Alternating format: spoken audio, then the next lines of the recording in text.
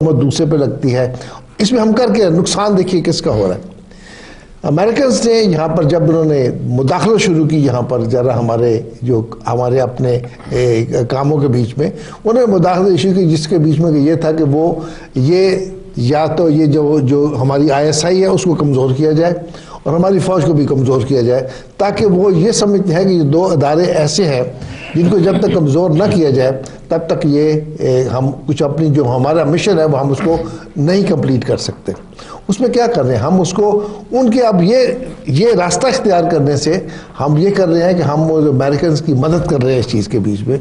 जो अमेरिकन को करना चाहिए था वो हम खुद कर रहे हैं, अपनी फ़ौज को ही, अपनी ISI को ही। ये इंटेलिजेंस एजेंसी की बारे में मैंने कभी सुना नहीं है कि किसी और मुल्क ने भी अपने इन इदारों के बारे में कोई बातचीत की हो। अगर की हो तो मेरे नॉलेज में, मेरे इंफॉर्मेशन के लिए अगर मुझे मिल जाए तो मेरा ख्याल है बहुत अच्छा होगा। मेरे इंफॉर्मेशन में नहीं है ये चीज़। तो इसलिए मैं समझता हूँ जो पॉलिटिकल पार्टीज़ हैं उनको देखें कि अभी ये वक्त आ चुका है जबकि हमें अपना मफाद की बजाय, पर्सनल मफाद की बजाय हमारा जो मुल्की मफाद है उसको सामने रखना चाहिए। जब तक हम उसको सामने नहीं रखेंगे हम सारे तितर बितर होकर एक बात से खत्म हो इसी पे चलता हूँ जात बुखारी साहब की तरफ। पीपल्स पार्टी से ताल्लुक है, सेनेटर भी आते हैं। माइंड सेट उन्होंने जैसा ने बड़ी अहम बात की, माइंड सेट जो है ना वो ही नहीं है आवाम की खिदमत का। वो माइंड सेट है पैसा बनाना है, इक़्तिदार बनाना है, इक़्तिदार को दवाम देना। क्या लगता है इस वक्त बरसर इक़्तिदार जमाते हैं? अगर हम नून और पीपल्स पार्टी की पॉलिटिक्स देखें, जब ये इनकी इमरान खान साहब एक उभरती हुई कुव्वत नजर आ रही थी तो ये दोनों दूर दूर थे।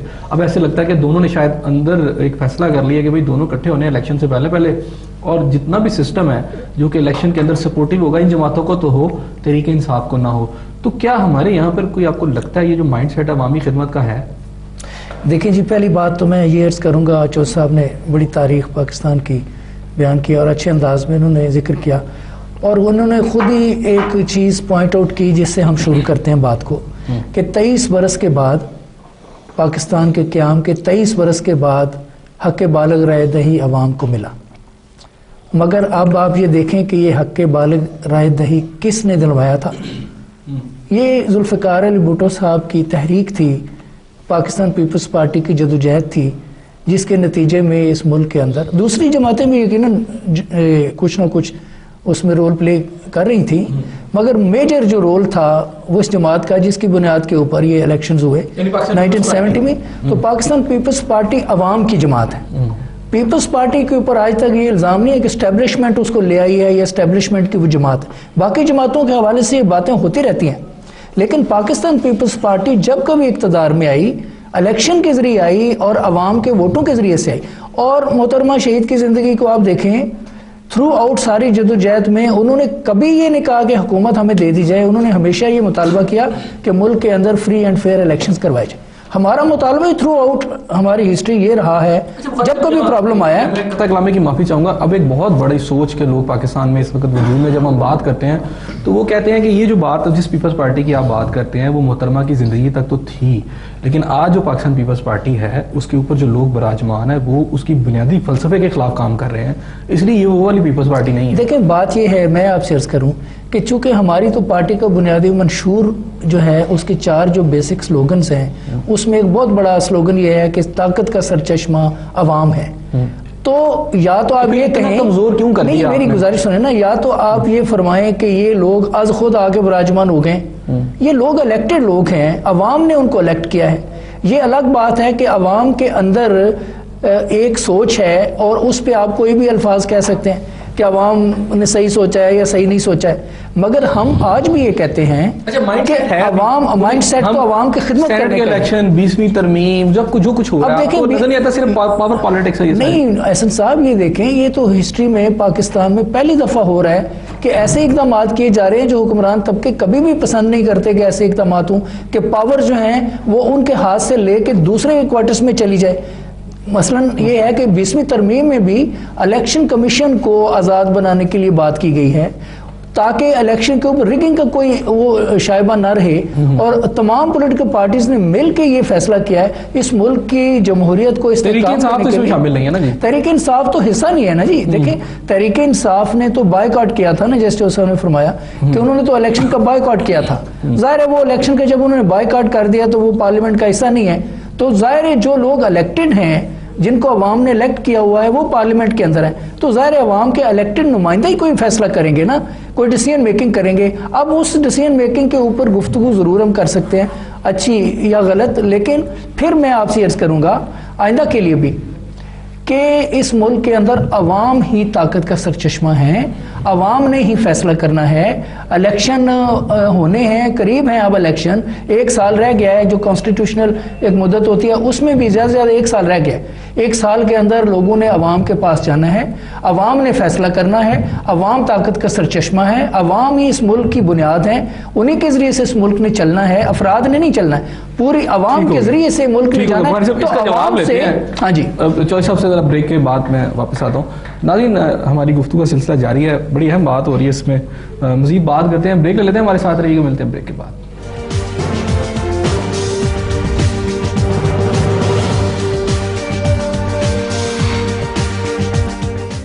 बात कर दी है कि जी हम बहुत बड़ी तहरीक में जा रहे हैं और जरदारी साहब के अंडर में इलेक्शन ही कबूल नहीं, जबकि पूरा सिस्टम उसी तरह ही बन रहा है। तो क्या आप करेंगे, क्या आप समझते हैं कि आपकी जो सड़कों पे जो तहरीक लाएंगे आप, उसकी वजह से जरदारी साहब चले जाएंगे? पहला तो काम ये कर रहे हैं ना, आपने पाकिस्तान में कभी नहीं देखा होगा कि ग्रास रूट से कोई पॉलिटिकल पार्टी आम आदमी के वोट के नहीं। यूनियन काउंसिल से हमने चंद दिनों के अंदर एक मैसिव मेंबरशिप कैंपेन, और उसके बाद सुन तो लेना 40-50 लाख की मेंबरशिप होगी, उसके नतीजे में नीचे से ऊपर पार्टी तश्कील पाएगी। पहले तो बाकी पॉलिटिकल पार्टियों से ये डिफरेंस हो गया, उसके बाद इस कौम को कहेंगे कि ये वो शख्स है जिसने पाकिस्तान की तकदीर को यहां से पकड़ा हुआ। ये पता कौन आदमी है? पार्लियामेंट के फ्लोर के ऊपर पीपल्स पार्टी ने ये कहा था, मोहतरमा गुजर गई है ना, मैं बहुत ज्यादा उन पर बात नहीं करना चाहता, सरेमल हमारा नहीं है, उसके पैसे किसने वसूल किए हैं, इसके ऊपर कोई एतबार नहीं करता। मैं ये चाह रहा हूं कि आपकी तहरीक से, अब मैं थोड़ी देर के लिए हम सपोज कर लेते हैं तहरीक इंसाफ एक बहुत बड़ी सियासी जमात बन जाती है, लोग भी शामिल हो गए हैं, जरदारी साहब सदर है, इसका मतलब है आप तहरीक चला के तहरीर स्क्वायर एक होगा, एक तहरीर स्क्वायर होगा, पहले इस मुल्क के अंदर इनकलाब आएगा, ठीक होगा इंतखाब। जैसा मैं इजाजत से थोड़ा सा इनसे जवाब ले लूं, चूंकि ये जवाब इनका बनता है, फिर मैं आपकी तरफ आता हूं। वो जी तहरीर स्क्वायर की बात कर रहे हैं, क्या कहते हैं आप इस पर? देखिए, मैंने आपको शायद याद हो आपके प्रोग्राम में ये बात उस वक्त भी की थी कि इवन इमरान साहब को प्रीमेच्योर बयानात नहीं देने चाहिए। उन्होंने बयान दे दिया था उस वक्त कि हम ऐसे किसी बंदे को लेंगे नहीं जिसका दागदार माजी हो। फिर उन्होंने कहा कि हम हैवी वेट्स की तलाश में हैं, आइंदा चंद रोज़ में आप देखेंगे हैवी वेट्स उनकी नज़र में कौन थे? वो वही थे जिनके वो मुंतज़िर थे, और वो हैवी वेट्स आ गए। जिस लीडर ने मान लिया कि हैवी वेट्स हैं कोई इस मुल्क के अंदर, उससे जो बढ़ के हैं, जिसकी सपोर्ट उसको ज़रूरत है। अभी इन्होंने एक प्रीमेच्योर और स्टेटमेंट दे दी है कि आसद जरदारी के अंडर हम इलेक्शन में नहीं जाएंगे, फिर इनको ये अपनी स्टेटमेंट वापस लेनी पड़ेगी, फिर इनके लिए ये प्रॉब्लम आ जाएगी। तो आवाम के सामने ऐसी बातें करनी चाहिए जिसके ऊपर आपको वापस ना अपने अल्फाज लेने पड़े, ना आपको शर्मिंदगी का कोई सामना करना पड़े। तो सियासत को चलने दें। इस मुल्क के अंदर जमहूरियत है, एक पार्लियामेंट्री सिस्टम है, दुनिया में ऐसी तमाम जमहूरियतों में होता है, पॉलिटिकल पार्टीज अवाम के पास जाती हैं। ये अवाम के पास जाएं अपने हक में वोट मांगने के लिए, इस मकसद के लिए अवाम के पास ना जाएंगे। इस सिस्टम को डीरेल करना है और सिस्टम को ख़त्म करके एक इनकलाब लाना है, और इनकलाब के नतीजे में कुछ फिर जमहूरियत निकालनी है। इनकलाब के नतीजे में जमहूरियत कभी नहीं निकली। ठीक हो गया, ठीक है। तो ये चीज़ों को ज़रा एहतियात करनी चाहिए। इन्होंने कहा जी कि प्रीमेच्योर स्टेटमेंट है और बदलनी पड़ेगी इन्हें। दूसरा यह है कि हम तहरीक इंसाफ को देखते हैं, पिछले 2008 के इलेक्शन, ज़िमनी इंतखाबात और अब जनरल इलेक्शन के बारे में इन्होंने नया इंकशाफ किया कि हम जरदारी साहब के अंडर इलेक्शन नहीं हो, यानी उसमें पार्टिसिपेशन नहीं करेंगे। किस तरह देखते हैं मुल्क का सियासी मंजरनामा? फिर देखिए जी, मैं समझता हूँ कि क्योंकि मेरा पर्सनल व्यू ये है, क्योंकि हम समझते हैं कि हमने जो इतने भी अभी तक पार्टीज़ के लीडरान हैं उनको हम देख चुके हैं अब तक, और देखा हमने ये है कि इनके दौरे हुकूमत में चीज़ें कोई अच्छी नहीं हुई हैं, बिगड़ी हैं ज़्यादा, और ज़्यादा बिगड़ गई हैं। ख़ासकर यह देखिएगा रोटी कपड़ा मकान जो भुट्टो साहब ने नारा अपना लगाया था, मैं समझता हूँ इससे सेंसिटिव और बेहतरीन नारा किसी का नहीं हो सकता, लेकिन वो उसकी अचीवमेंट कोई नहीं हुई उसके बीच में। और ये जो बंदा जो ट्राई अभी तक नहीं हुआ, मैं समझता हूँ वो है इमरान खान की पार्टी। अगर जो मैं समझता हूँ कि किसी पार्टी के बीच में कोई इलेक्शन नहीं कराती कोई पार्टी, वो खुद ही काम करके तो अपना पूरा कर लेते हैं, सिवाय जमात इस्लामी के। जमात इस्लामी अपना एक उनका एक फंक्शन है, उनका एक बाकायदा एक मैनिफेस्टो है उनका, उसके मुताबिक वो काम चलते हैं, कॉन्स्टिट्यूशन उनका। चूँकि ये तहरीक इंसाफ के बीच में जो लीडरान जो ट्राई नहीं हुए, मैं इमरान खान की बात कर रहा हूँ और बहुत से दूसरे लीडरान उनकी नहीं, जो कि ऑलरेडी उसके बीच में पुरानी पार्टियों से वहाँ पे गए हैं, जो वहाँ पर जो गए हैं, मैं समझता हूँ ये एक ऐसा मौका है जो कि इंसान ये भी ट्राई कर सकता है, कि बाकी को तो ट्राई कर लिया, अगर आपने फिर उन्हीं के पास जाना है तो वो तो कहते हैं जैसे कि वंस बिटन ट्वाइस शाई। हाँ जी, तो ये अब आदमी इंसान को मैं समझता हूँ, ये मैं एक जनरली बात कर रहा हूँ कि ट्राई करना चाहिए, अगर नहीं होगा तो ये भी कंडम हो जाएगा, तो क्यों ना इनको ट्राई किया जाए। देखिए मैं आपको देख रहा ये इनको आना चाहिए, इनको ज्यादा पता है, इनको ज्यादा पता है, देखिए ज्यादा पता है, क्योंकि आपने जो 20वीं तरमीम जो की है जिसके ऊपर के साइन हुए हैं इनके तो नहीं है सारे, लेकिन जो 20वीं तरमीम हुई है उसके बीच में है ये, इस सिलसिले के बीच में कि आपने जी 20वीं तरमीम के नीचे आपने जो भी वहाँ पर जो आपका जो आपका तरीक़ाकार है जो वो आप इस्तेमाल करेंगे अपना, और वो उस तरमीम के नीचे आपका इलेक्शन कमीशन जो है ना बड़ा फ्री और फेयर होगा, ठीक है बिल्कुल। ये बाकी उसके बीच में खामियां भी हैं जो कि मैं समझता हूँ एक न्यूट्रल बंदा होने की हैसियत से उसमें खामियां भी हैं, लेकिन अगर किसी न किसी बंदे को ये इलेक्शन कराने पड़ेंगे, तो मेरा ख्याल में ये है कि ये अगर जरदारी साहब के नीचे इलेक्शन नहीं कराना चाहते, जो कि वो सदर तो रहेंगे वो अगले साल तक भी, तो फिर ये बताना चाहिए ये अपना ये जो है हमारे जो तरीके इंसाफ के जो हमारे कायदीन हैं कि फिर किस तरह का इलेक्शन कमीशन होना चाहिए, कैसे होना चाहिए इलेक्शन कमीशन, ताकि आगे बताना चाहिए कि जी कि कैसे हम ये उसको आगे ले जा सकते हैं, ताकि ये इलेक्शन तो होने चाहिए। बहुत शुक्रिया जनरल साहब और सजाद बुखारी साहब और एजाज अहमद चौधरी साहब आपका मेरे प्रोग्राम में तशरीफ लाए। नाज़रीन, इस वक्त पाकिस्तान की सियासत की जो सूरत हाल है, पावर पॉलिटिक्स जिस तरह हो रही है, अवाम जिस तरह दीवार के साथ खड़ी है, मैं यहाँ यही कहूँगा कि ये तब तक ठीक नहीं हो सकती जब तक जो पाकिस्तान की सियासत है इसमें पैसे का तमाशा बंद नहीं किया जाता। लेकिन सवाल यहाँ ये पैदा होता है कि पैसे का तमाशा बंद कौन करेगा? अगर बंद करने वाले ही पैसा उठा लेंगे तो मैं यहाँ सिर्फ यही दुआ करूँगा कि अल्लाह ताला पाकिस्तान और इसके अवाम को अपने हिफ्ज़ व अमान में रखे। इस दुआ के साथ कि अल्लाह ताला आपको, मुझे और हम सबको अपने लिए एक दूसरे के लिए रहमत और भलाई और बेहतरी का बाइस बनाए। अपने मेज़बान एहसन ज़िया को इजाज़त दीजिए। अल्लाह हाफ़िज़।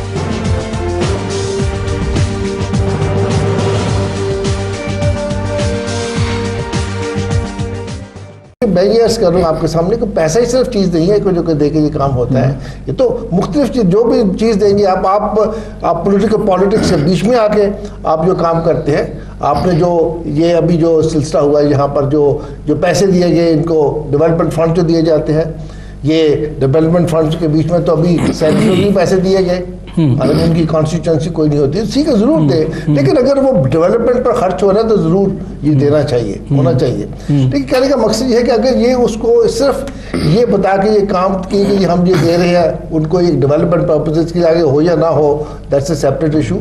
ये तो मेरे ख्याल में ये काम ठीक नहीं है। अब ये जो रिश्वत देने का मामला जो है, रिश्वत दी जाती है, आज रिश्वत नहीं दी जाती, रिश्वत भी जाती है, हर शक्ल में दी जाती है। उसको आप रिश्वत कहे या ना कहे, उसको आप कहे कि हमें तोहफा किसी ने दिया है, आप ये बात कर लें, तो ये बात ठीक है। नहीं मैं ये आपसे अर्ज करना चाहता हूँ कि ये जो अभी हबीब साहब जो बात करता है, मैं समझता हूँ उसकी इन्वेस्टिगेशन ज़रूर होनी चाहिए और उसको पाया तकमील तक पहुँचाना चाहिए। हाँ, जो भी इररिस्पेक्टिव का कौन बंदा इन्वॉल्व है उसके बीच में, कोई फौज से है या पॉलिटिकल लीडर है या कौन है, अगर ये अदालत में उसमें साबित हो उसके खिलाफ एक्शन होना चाहिए। कैसे साबित होगा? जैसे यूनुस हबीब साहब कहते हैं यही मैंने जब नवाज शरीफ को पैसे दिए इसका कोई रिटर्न नहीं था, कोई फुटेज नहीं बनी, मैं यही अर्ज कर रहा हूँ आपके सामने कि अगर उसका रिकॉर्ड तो कोई नहीं ना, रिकॉर्ड तो इंटेलिजेंस कोई जब भी कोई ऐसे काम के लिए दिया जाता है पैसा, तो वो तो उसका रिकॉर्ड कोई नहीं, तो कोई रसीद आपको नहीं देगा बंदा। चलो उनके अकाउंट नंबर होंगे जो वो कहते हैं कि हमने अकाउंट नंबर्स के बीच में भी कोई पैसा जमा कराया, भाई उस अकाउंट नंबर तो वो चेक हो सकते हैं बैंक के बीच में से, आयत के नाम पे था या उसको कोई पैसा आया है कि नहीं आया है। तरीके हैं बहुत से चेक करने वाले। और हाँ, अगर साबित हो, मैं जिसके ऊपर जोर देना चाहता हूँ, साबित हो तो ज़रूर इररिस्पेक्टिव का कौन आदमी है, वो किस पार्टी को बिलोंग करता है, किस इंस्टीट्यूशन को बिलोंग, जरूर एक्शन होना चाहिए। बुखारी साहब, आपकी तरफ आता हूँ, ये बताइएगा कि पाकिस्तान पीपल्स पार्टी की मौजूदा हुकूमत में मैं नहीं समझता कि मोहतरमा बेनज़ीर भुट्टो ने अपने दौर में या भुट्टो साहब ने अपने दौर में ऐसा किया होगा, लेकिन जो मिसालें इस जमात ने की हैं वो शायद अपने जो उनके जो इस्लाफ में कहूँगा भुट्टो साहब की सूरत में या बेनज़ीर साहब की सूरत में, उनको भी मेरा ख्याल है एक दफ़ा उनकी भी रूहें परेशान होगी कि ये कर क्या रहे हैं। कौम का पैसा और सेनेटर जिसकी जो से उन्होंने निशानदेही कोई उसकी कॉन्स्टिट्यूंसी भी कोई नहीं है, उस सारी सूरत हाल में वो 10 दिन रह गए थे पैसा बांटा गया, ठीक है, कौन का पैसा है, और एक सेनेटर, आप भी सेनेटर रहे हैं, जिसका कोई जगह नहीं है जिसने जहाँ कहीं डेवलपमेंट करनी है, उसको पैसा, ये जो सियासी रिश्वत है ये आपकी जमात ने इस दफ़ा दी है और बहुत ज़्यादा दी है। सेनेटर्स इलेक्ट होने के लिए भी पैसा, मीडिया में तमाम चीज़ें सामने आ चुकी हैं। ये जो ट्रेंड है पाकिस्तान पीपल्स पार्टी का, क्या आप नहीं समझते कि खुद जमहूरियत के लिए ज़हर कातिल साबित हो रहा है? नहीं देखिए जी, पहली बात तो ये है, अभी इस बात को मैं थोड़ा सा आगे बढ़ाऊंगा कि हिस्ट्री में अभी एक बात हुई है यूनुस हबीब के हवाले से। हिस्ट्री में ये तो दुनिया की तारीख में पहली दफ़ा हुआ कि उस वक्त हुक्मरान तबकों ने मिल के अपोजिशन की पॉलिटिकल पार्टी के खिलाफ इत्तेहाद बनवाया। हालांकि अपोजिशन की पार्टियां जो हैं वो हुकूमत के खिलाफ इत्तेहाद बनाती हैं, आम रिवायत ये है, लेकिन फर्स्ट टाइम दुनिया की हिस्ट्री में ये हुआ कि हुक्मरान जमातों ने मिल के अपोजिशन की पॉलिटिकल पार्टी को इक़्तिदार में आने से रोकने के लिए ये इत्तेहाद बनाया और वो पैसा तकसीम हुआ। दूसरी बात ये, अभी यूनुस हबीब के बयान पे मेरी बात सुने, थोड़ा सा उस बैकग्राउंड में भी हम जाना चाहिए ना, चीज़ों को आपस में उनका ताल्लुक भी तो बनता है ना। मसलन अभी बात हो रही है कि यूनुस हबीब ने एक बयान दिया है जो सुप्रीम कोर्ट के सामने आके उसने हल्फिया बयान दिया है, उस पर तो हम कह रहे हैं जी बिलीव नहीं करना चाहिए, बात नहीं करनी चाहिए, पता नहीं, और वो बयान अगर मंसूर इजाज़ दे दे तो इस मुल्क के अंदर एक तूफान बर्पा हो गया। हालांकि सारी दुनिया कहती रही कि वो गैर मुल्की है, पाकिस्तान से उसका ताल्लुक कोई नहीं है, वो एक बयान पाकिस्तान के फौज को बदनाम करने के लिए, पाकिस्तान की हुकूमत को बदनाम करने के लिए, पाकिस्तान के अदारों को तबाह करने के लिए दे रहा है। लेकिन उसके ऊपर तो सब लोगों ने, वही मियाँ साहब जो आज कहते हैं इस बात की कोई वैल्यू नहीं है, वो सुप्रीम कोर्ट में चले गए और पूरे मुल्क का कितना पैसा वो बर्बाद किया, उस पर आप अंदाजा करें ना, कितना पैसा उस पर लगा। फिर हमारा कमीशन जा रहा है उसके बयान लेने के लिए लंदन में जाके, तो यानी बयानों की जहां हैसियत बनाई जानी होती है वो बना लेते हैं लोग, जहां बयान की कोई हैसियत, तो कोई पार्टी बना मीडिया की मैं नहीं बात कर रहा हूं, मैं ये बात कर रहा हूं कि बयान अगर एक बंदे ने दिया है एफिडेविट पे, उस पे भी जब तक सुप्रीम कोर्ट का फाइनल वर्डिक्ट नहीं आता, हमें ये गुफ्तगू नहीं करनी चाहिए कि वो बयान झूठा है, गलत है, फलां है फलां। भाई एक बात कोर्ट में है ना, वो आ जाएगी। पीपल्स पार्टी के खिलाफ तो ये बात साबित होगी कि हमेशा पैसा तकसीम हुआ है। अभी मैं आपको एक और दूसरा हवाला दूं, बहुत कम लोगों को इस बात का पता है, जब फारूक लगारी ने गवर्नमेंट तोड़ी पीपल्स पार्टी की, जिसके कहने पे तोड़ी, जिसके से मिल के तोड़ी, उस पर मैं नहीं जाता, लेकिन मैं आपको एक वाकया ऐसा बताना चाह रहा हूं कि एक फिल्म बनी थी, शायद आपकी भी नज़र से गुजरी हो, पाकिस्तान में उस वक्त पीटीवी ज़्यादा था और उन्होंने चलाया, जिसमें उन्होंने वो घोड़े को सेब खाते हुए दिखाया, आसिफ जरदारी और मोहतरमा के खिलाफ वो एक फिल्म बनी थी, BBC ने वो बनाई थी। जॉर्ज गैलवे एक उनके मेंबर पार्लियामेंट थे लेबर पार्टी के। मैं ये मेरे चश्मदीद बात मैं आपको ये बता रहा हूँ, जॉर्ज गैलवे से मोहतरमा ने कहा कि ये आपका जो BBC है ये कैसे पार्टी बन गया है हमारी कैरेक्टर असैसिनेशन में। उसने कहा कि जी मैंने ये क्वेश्चन पार्लियामेंट में रेज किया कि ये BBC ने किस तरह से ये फिल्म बनाई है और चलाई है। उन्होंने कहा जी BBC, वहां से जो ऑफिशियल जवाब आया, उन्होंने कहा BBC कमर्शियल अदारा भी एट द सेम टाइम। ये फिल्म जो है मेहरान बैंक के कोई कुदवाई साहब थे उस वक्त, जिन्होंने उसको स्पॉन्सर किया, पैसा दिया और BBC ने वो पैसा लेके वो फिल्म बनाई। तो कहने का मकसद ये है पीपल्स पार्टी के खिलाफ तो पैसा चला, ये चलता रहा हमेशा, चलता रहा ना। अब ये इल्जाम है पीपल्स पार्टी के ऊपर, बकौल आपके या मीडिया के एक सेगमेंट में आया हो कि जी वो इलेक्शन जीतने के लिए उन्होंने सेनेटर्स का पैसा के, सबूत तो इसका कोई नहीं है, जुबानी बात है ना। लेकिन दूसरी तरफ क्या है हकीकत कि अनअपोज्ड चेयरमैन और डिप्टी चेयरमैन हुए इलेक्ट, जबकि तमाम पार्टीज मौजूद है वहां पे। तो ये कॉन्फिडेंस है उन लोगों का जिन लोगों ने उनको इलेक्ट किया है। अब वो ही इलेक्ट करने वाले हैं ना, चूंकि वो वोटर्स हैं, तो वोटर्स के ऊपर तो यानी आप नहीं कह सकते ना, ये तो उनकी स्वाबदीद है। नाज़रीन, वक्त हुआ फिर एक छोटे से ब्रेक का, मिलते हैं ब्रेक के बाद हमारे साथ।